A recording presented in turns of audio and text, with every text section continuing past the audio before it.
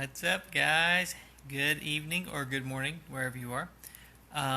So tonight, Day number 7 day of number 7. 193 to go. Yes. So we mentioned yesterday a little bit about water, and then Right. also kind of adding minerals back to our water. And we like to add, just an easy way to do that is salt. So we Yeah. figured, hey, one of the things we could talk about that is a very common thing here and related to dysautonomia is salt intake, quality salts. We thought we'd talk about that for a minute because we're particular about our salt, and salt is very important for people with dysautonomia. So, yeah. So with that, Why is salt good? so let's talk about why salt is good and why it's important for someone with dysautonomia to kind of, be have a regiment almost, if you will, and kind of constantly be taking salt in. So, at least in my experience, you have like these like really brain foggy, like, just constant brain fog all the time, or feeling like I was going to pass out. And it's important that if you keep salt on board, so I would make like just put salt in water and just drink it, right? If you keep that on board and keep drinking it, it kind of vasoconstricts, right, your blood vessels. What that does is kind of helps drive that blood, keep that blood up and blood up to the brain, right? So it keeps your brain functioning, and it doesn't tell perfused. It tells your body, tells your brain, oh, don't pass out, don't go to the floor, so you can get blood pressure to the brain. Kind of helps with that process of So getting that you blood said up. that all really fast, but so the passing out issues that people have, what are you meaning with that related to, oh, let's get down to the floor?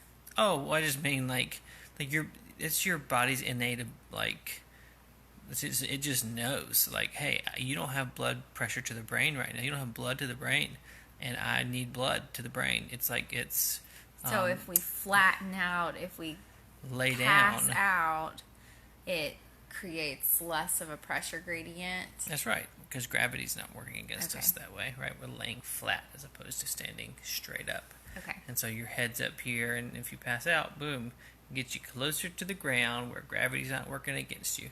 And so, Okay. basically that salt is kind of helping with, again, keeping that blood up to the brain so you don't pass out and you feel less lightheaded.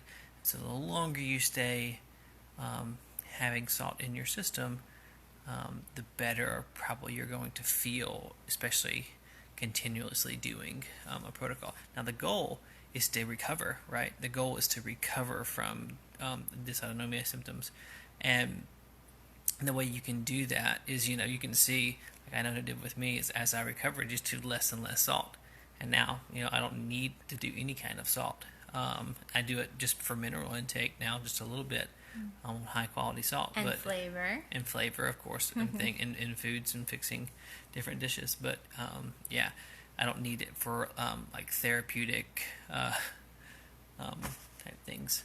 So what kind of salts do we like? Okay, there's two different types of salts that we really like.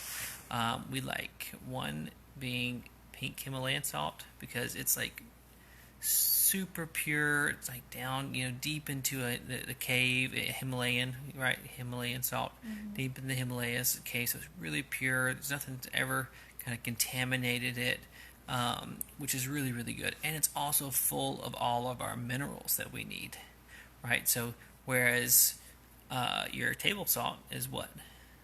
Sodium, potassium, right? It doesn't. That's all it's in it. It's kind of been stripped of everything. It's just not really clean. Salt is kind of pulls things into itself, so it can pull toxins from the air. It's just as if it's sitting out. It's just it needs to be in a clean, pure environment, and that's why getting a salt that's from a pure environment is really important. Whereas like your Morton iodized salt is like found. I think the big salt bed, I think it's in Chicago or Illinois area, so somewhere in Illinois. I think I could be wrong on that, but I think it's actually like like most of the salt just kind of sits on the.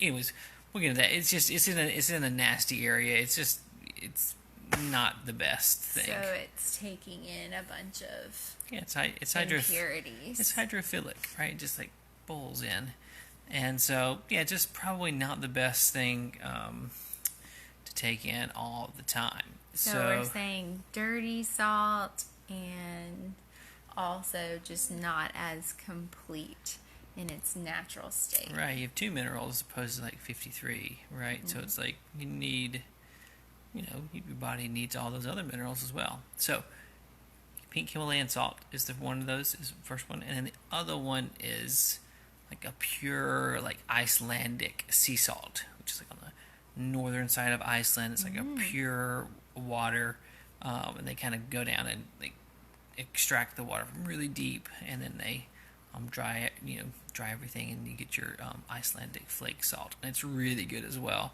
A little bit of a different flavor actually, but so yeah, we hope you enjoyed this salty conversation. Salty. Join us again tomorrow for number 8. Day 8, yes. And send us your questions. Check us out on Facebook. Join our support group there. Yep. And send us some comments or messages. We'd love to hear from you. We are just wanting to start a community here to support people on this chronic illness recovery journey. Because it's possible, I promise. It really is. We'll see y'all tomorrow. Okay, bye.